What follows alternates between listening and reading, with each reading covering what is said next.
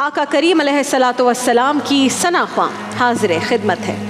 اللہ کے حبیب مکرم صلی اللہ علیہ وآلہ وسلم مسجد نبوی میں جلوہ افروز ہوتے تھے تو صحابہ کرام آپ کے ارد گرد یوں بیٹھ جاتے تھے جس طرح چاند کے گرد ہالہ ہوتا ہے یا 14ویں کے چاند کے گرد جب ستاروں کا جھرمٹ ہوتا ہے، وہ والا منظر ہوتا تھا۔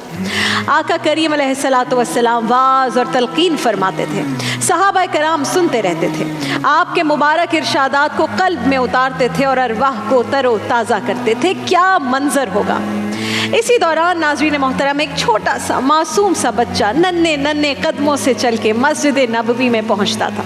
اس بچے کا نام تھا عمیر بن سعد۔ عمر کم تھی مگر عشق رسول اللہ سے پکا تھا، اس لیے روزانہ آقا کریم علیہ الصلاۃ والسلام کی دل نشین گفتگو سماعت کرنے کے لیے وہ اپنے چھوٹے چھوٹے قدموں سے مسجد نبوی پہنچ جاتا تھا۔ کبھی وہ آتا تھا اپنے چچا کے ساتھ، چچا جن کا نام تھا جلاس بن سوید، ان کے ساتھ آتا تھا تو کبھی اکیلا بھی آ جاتا تھا۔ باپ اس بچے کا اس کی ولادت کے کچھ عرصے بعد ہی چل بسا تھا۔ پھر چچا بھتیجے سے بڑی محبت کرتا تھا تو اس نے اس بھتیجے کی محبت میں ہی اس کی ماں سے نکاح کر لیا تاکہ بچے کو ماں اور باپ دونوں کا پیار مل سکے۔ چچا بھتیجے میں محبت بہت زیادہ تھی، بڑے ناز و نام سے وہ بچے کو پال رہا تھا۔ ایک دن اس بچے کا چچا کسی وجہ سے اسے مسجد نبوی لے کر نہیں گیا تو بچہ خود ہی چلا آیا اور رسول اللہ کی تقریر سننے بیٹھ گیا۔ آقا کریم نے اس دن آخرت اور قیامت کی منظر کشی فرمائی تھی۔ جب وہ بچہ واپس گھر آیا تو اپنے چچا سے کہا، چچا آج میں نے رسول اللہ کو قیامت کا ذکر فرماتے دیکھا اور رسول اللہ نے ایسا ذکر فرمایا ہے کہ قیامت کا اب نقشہ میری آنکھوں کے سامنے آ گیا ہے۔ یہ بات اس بچے نے اپنے چچا کو سنائی کیونکہ چچا آج وہاں نہیں گیا تھا، غیر حاضر تھا، اور بھتیجا چاہ رہا تھا کہ میں چچا کو حضور کی بارگاہ سے سنی ہوئی باتیں بتاؤں تاکہ جس نے نہیں سنی وہ محروم نہ رہے، اس کی محرومی دور ہو جائے۔ لیکن اب یہ جو اس کا چچا تھا جلاس بن سوید، یہ ازلی بدبخت تھا۔ بظاہر تو مسلمان بنا پھرتا تھا لیکن اندر سے وہ منافق تھا۔ اس نے بھتیجے کی یہ بات سن کر پیارے نبی کی شان میں گستاخی کر دی۔ اس بدبخت نے جو الفاظ کہے تھے وہ میں یہاں بیان نہیں کر سکتی، لیکن بہرحال اس نے گستاخی کی اور اسے لگا کہ بچے کے سامنے کہہ رہا ہوں کیا فرق پڑ جائے گا۔ بچے کے پاؤں تلے سے زمین نکل گئی جب اس نے وہ الفاظ سنے۔ کس کے بارے میں؟ آقا کریم کے بارے میں، جس کا وہ عاشق تھا۔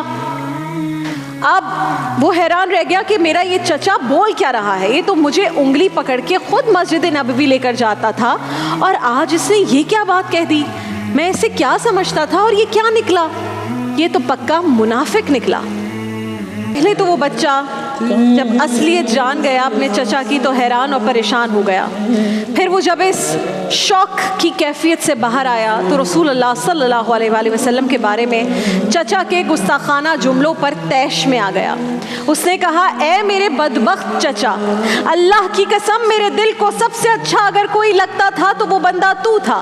میں تجھ سے پیار کرتا تھا کیونکہ تو مجھے انگلی پکڑ کر رسول اللہ کی چوکھٹ پر لے جایا کرتا تھا، لیکن اب میری حالت یہ ہے کہ واللہ اس کائنات میں مجھے جتنا برا تو لگتا ہے کوئی اور اتنا برا نہیں لگتا۔ میرے چچا اب میں ایک دوراہے پر کھڑا ہوں، میرے پاس دو راستے ہیں۔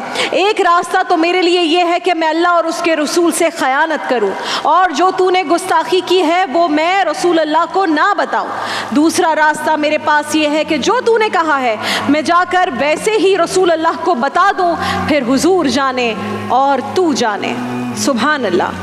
ہمارے ماں باپ قربان اس کم سن صحابی حضرت عمیر بن سعد رضی اللہ تعالیٰ عنہ کی صداقت پر، دیانت پر۔ حضرت عمیر بن سعد کے چچا جلاس بن سوید نے بھتیجے کی منا سا یہ بچہ ہے، جب یہ دھمکی سنی تو ہنس پڑا، کہنے لگا کہ تو نا سمجھ سا بچہ ہے، چھوٹا سا بچہ ہے، تیری بات کس نے ماننی ہے، جا جو جی چاہتا ہے کر دے۔ وہ بچہ اٹھا اور رسول اللہ کی بارگاہ میں پہنچ گیا۔ اور وہ بچہ کیا کہتا ہے ناظرین، یہ الفاظ ظاہری کانوں سے نہیں بلکہ دل کے کانوں سے سماعت کرنے کے ہیں۔